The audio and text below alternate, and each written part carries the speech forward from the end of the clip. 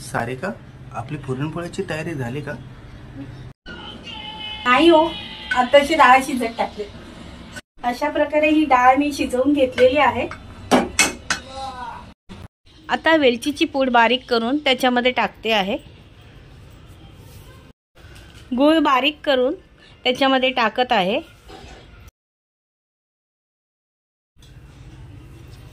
आपलं पुरणाचं सारण अशा पद्धतीने तयार झालेलं आहे।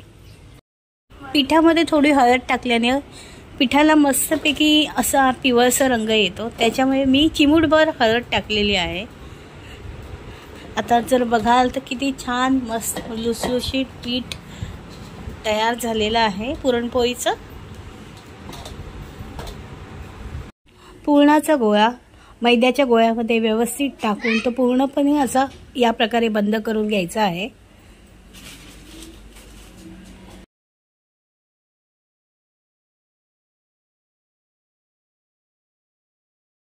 आता पुरणपोळी लाटायला घेऊया।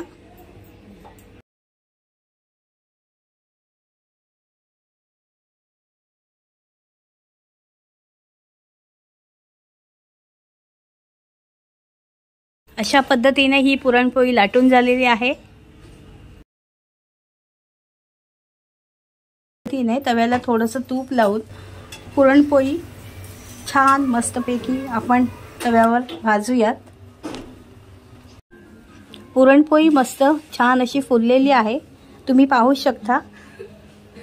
अशा पद्धतीने आपली पुरणपोळी तयार झालेली आहे। होळी रे होळी पुरणाची पोळी। धन्यवाद।